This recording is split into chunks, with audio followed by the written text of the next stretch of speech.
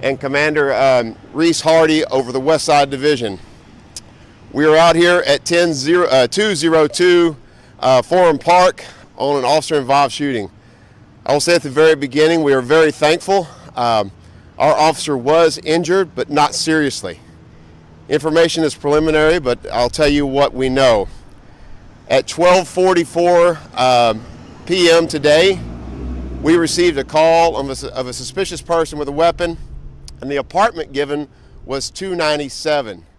It was not clear at that time if that was the person calling or that was the person that was being called upon, because it was an anonymous caller. Officers were dispatched at 12:45 p.m. and arrived within 5 minutes. No one met them outside, and as they looked around and asked for a call back, officers received another call from dispatch that stated that somebody had been firing a gun, shots fired out here. Officers, in the absence of any other information, approached apartment 297 to figure out if that was the person that was calling. As they were approaching this apartment, which is in a narrow spot inside the apartment complex, a large dog from outside approached our officer, started barking. This was just as the officer was about to knock on the door. Right after the barking, the door opened. A suspect appeared in the doorway with a handgun, and it appears fired one time at the officer. The officer returned firing several times as he moved to a position of cover. Officers began giving voice commands, and within a minute, the suspect came out of the apartment, dropped a gun, and surrendered. Our officer was slightly injured in the right forearm from that shot, it appears to be. But thankfully, like I said, he had shrapnel in his arm that our other officers were able to remove. He is still on the scene, and he appears to be okay otherwise, but seriously shaken up. We're very thankful for that. He is okay. Our suspect was not hit. He is a male in his 30s to 40s. Running a call history on this location and on our suspect, it appears that he has been handled 3 times by police. At least one of them appears to be a mental illness, some type of call that he was in crisis. But right now he is in custody again, and he is not injured. The entities that will be investigating this will be our Homicide Special Investigations Unit. The District Attorney's Office will do a parallel separate investigation. Our Houston Forensic Science Center will be here to process the scene. A firearm was recovered, and we are still processing again. No one else is injured that we are aware of at this time. We've already checked the apartment and around, and no one else has came forward to claim any injury, and we'll just continue to ask for anybody that might know some more that can give us more information on this call. Our officer is a 15-year officer. He will be placed on administrative duties, which is according to policy, and his body-worn camera will be released within 30 days, which is our policy. And with that, I will take questions. Was anyone else in the home at the time of the shooting, or the occupants of the home? Right now, we only have knowledge of the suspect that was in and came out that fired.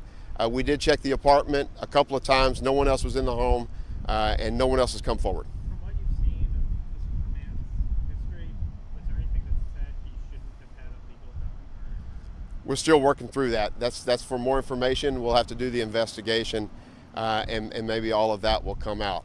At this point, we're just thankful because our officer was just trying to figure out what was going on, and the door opened, and it appears the suspect just started firing.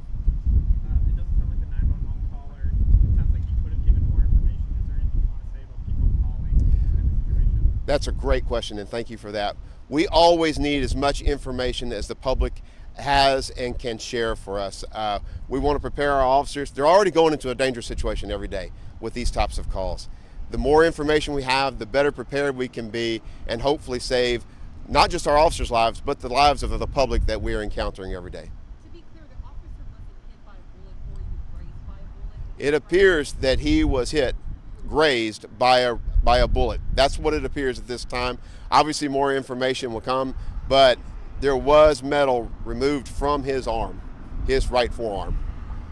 Did the dog attack the officer? There was no attack. It just approached barking. Is that this dog of a concealed defense?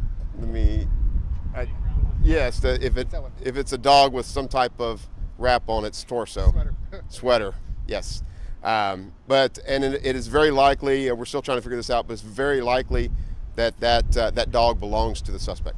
Do we know why the man was shooting in the first place? Was anything said? Was anything? Again, that's our appeal to the public for more information. Right now, we don't know why he was shooting. Could he have been in crisis? We don't know any of those things. That's for the investigation. But if anybody knows anything, they can call 713 at 84-3131, our non-emergency number, and provide that information.